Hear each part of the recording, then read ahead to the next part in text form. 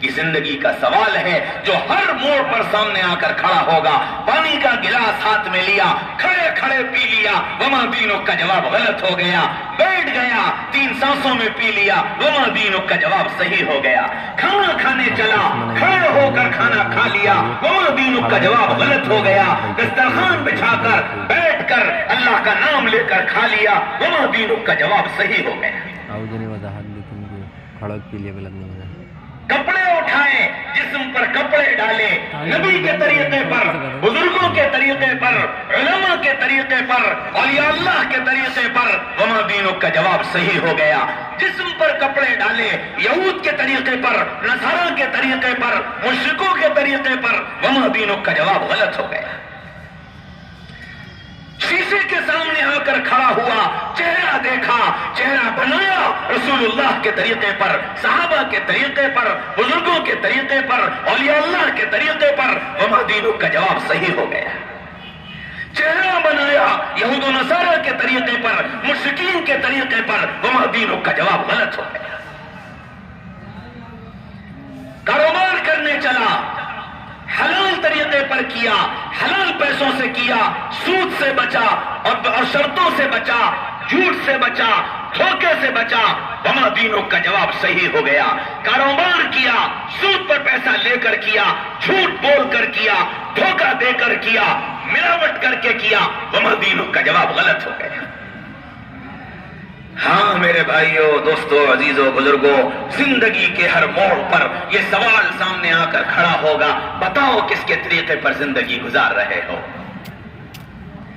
بچوں کی تربیت کی, بچوں کو اللہ کا تعارف کرایا, نبی کا تعارف کرایا, قرآن سکھایا, اردو سکھائی, اللہ والوں سے جوڑا, دین سمجھایا, دین پر چلایا, دین کی اہمیت بتائی, وما دینک کا جواب صحیح ہو گیا.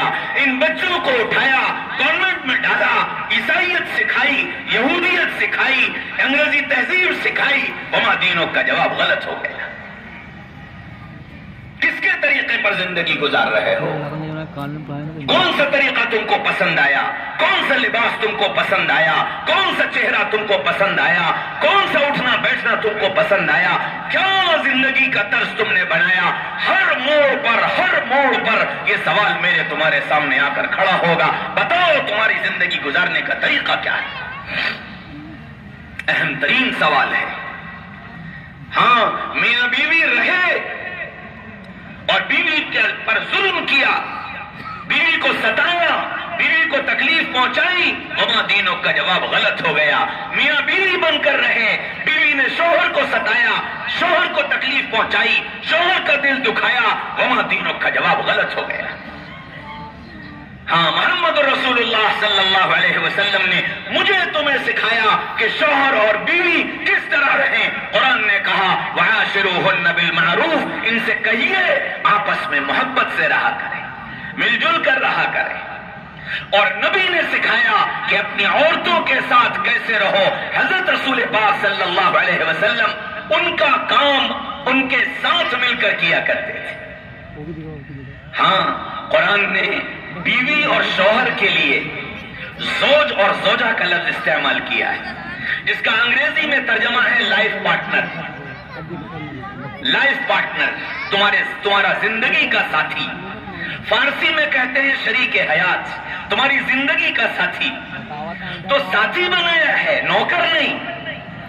بیوی کو ساتھی بنایا ہے, نوکر نہیں. ساتھی بنایا ہے, خادمہ نہیں.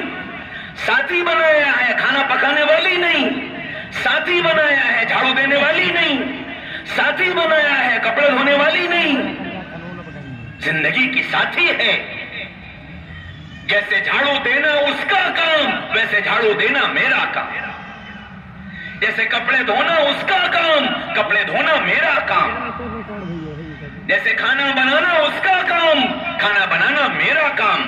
لائف پارٹنر ہو, پارٹنر ہو. احسان ہے اس کا جو تمہیں پکی پکائی کھلاتی ہے. احسان ہے اس کا جو تمہیں دھلے دھلائے کپڑے دیتی ہے. احسان ہے اس کا جو تمہارے لیے گھر کی صفائی کرتی ہے.